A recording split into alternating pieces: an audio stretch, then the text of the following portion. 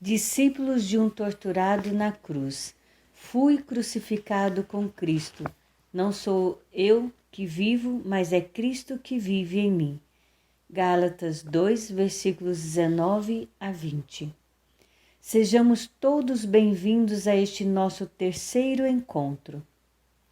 Paulo nos convida hoje a vivermos a liberdade proporcionada por Jesus Cristo, pois não há mais espaço em nossa história para discriminações, negacionismos, recriminações, intolerâncias religiosas, como vimos no encontro passado. O convite é para vivermos um novo tempo e construirmos um novo amanhã, onde a luta por justiça, por fraternidade, por direitos e igualdade social sejam bandeiras de todos nós cristãos junto aos nossos irmãos oprimidos. Continuando nossa reflexão sobre a carta aos Gálatas, vamos redescobrir nossa identidade cristã, procurando entender e nos aprofundar um pouco mais sobre Paulo, seus ensinamentos, sua missão evangelizadora e sua inabalável fé no crucificado. Paulo levou aos Gálatas sua experiência de conversão vivenciada com Jesus. Para ele, a importância da cruz de Jesus motiva a sua missão evangelizadora e a convicção de que o evangelho por ele pregado é verdadeiro, é capaz de levar à liberdade os que nele creem. A comunidade, porém, está confusa quanto aos seus ensinamentos após sofrerem influência de pessoas que, segundo o próprio Paulo, estão deturpando o Evangelho de Cristo.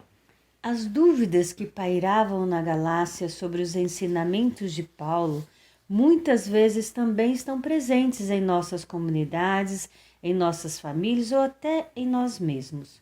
Somos influenciados e também influenciadores. Afinal, até que ponto essas influências abalam nossa identidade cristã, a nossa fé? Até que ponto elas interferem em nossa firmeza em seguir Jesus, o crucificado? Para compreendermos a atitude enérgica de Paulo com as comunidades da Galácia, é necessário conhecer um pouco mais sobre ele. E ninguém melhor do que o próprio Paulo para nos responder, já que estamos viajando pelo túnel do tempo. Suas respostas irão esclarecer muitas de nossas dúvidas no que diz respeito à nossa espiritualidade, nossa fé e a quem estamos crucificando ou desejando que seja crucificado nos tempos atuais, principalmente nesse período de dificuldade que vivemos. Paulo, qual a importância da cruz de Jesus Cristo em seu processo de conversão? É impossível descrever a importância da cruz para mim. Não me encontrei simplesmente com Jesus, mas que encontrei com um crucificado, executado injustamente, e essa experiência foi uma reviravolta em minha vida. Foi uma revolução. Estou convicto de que foi o início do meu processo de conversão. Paulo, você disse ser imensurável a importância da cruz de Cristo em sua vida. Seria possível descrever um pouco de sua experiência com este crucificado e assim trazer à luz o verdadeiro significado da teologia da cruz para você? Para mim, a cruz foi o registro histórico das forças que mataram Jesus.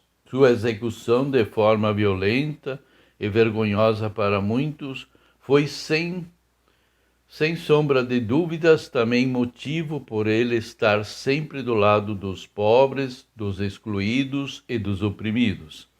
Por isso, a meu ver, a cruz de Jesus teve cunho fortemente político, pois nenhuma autoridade do mundo conheceu tal sabedoria, pois se eu tivesse conhecido, não teriam crucificado o Senhor da glória, como escrevi aos Coríntios no capítulo 2, versículo 8. Para o império ele era uma ameaça gravíssima.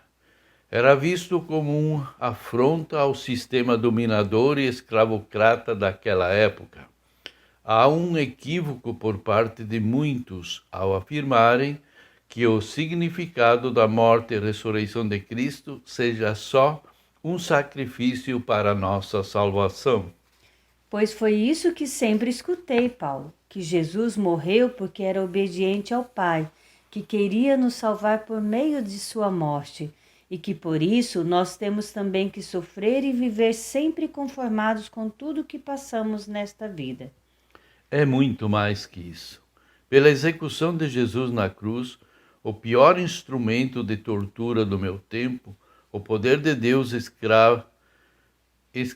escancara a verdadeira face dos governantes de nossa época, que se opõem à verdadeira sabedoria, como escrevi aos Coríntios. A aparência desse mundo é passageira.